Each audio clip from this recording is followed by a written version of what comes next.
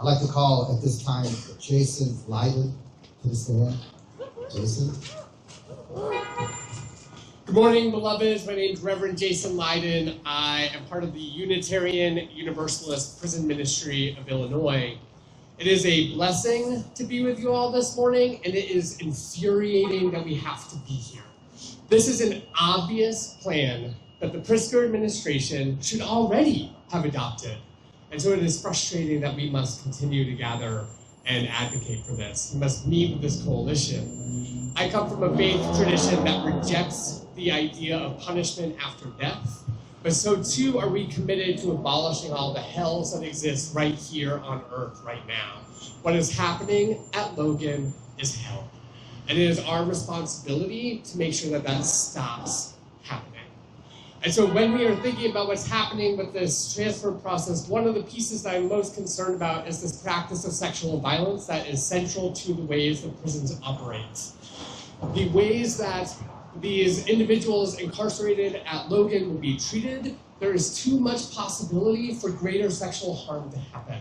In particular, the practice of strip searches. When people experience a strip search, they are being sexually assaulted. That is what is happening. When your body autonomy is taken away from you, your naked body looked at, your body being surveilled in that way, that is a form of sexualized harm. For myself as a survivor of sexual violence in prison, in a federal prison, I know this truth all too well. And staff are responsible for so much of this. The majority of people incarcerated in women's prisons are survivors of sexual harm prior to their incarceration. So strip searches are a tool of trauma and violence on top of violence that has already happened. And so for the Pritzker administration to not embrace this transfer plan, then they are subjecting potentially many women to further sexualized harm. And the only true way that we will end sexual violence in prison is to close the prisons where sexual violence is happening, which is all of them.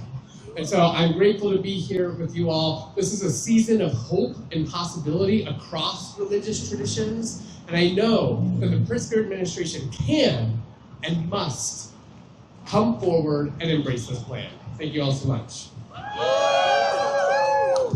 Thank you, Jason, for talking about closing all the prisons. Right now, I'd like people to just follow this chant with me. So, hey, JB, pick up the phone, answer the call, and bring folks home. Hey, JB, pick up the phone, answer the call, and bring folks home. One more time. Hey, JB, pick up the phone, answer the call, and bring folks home.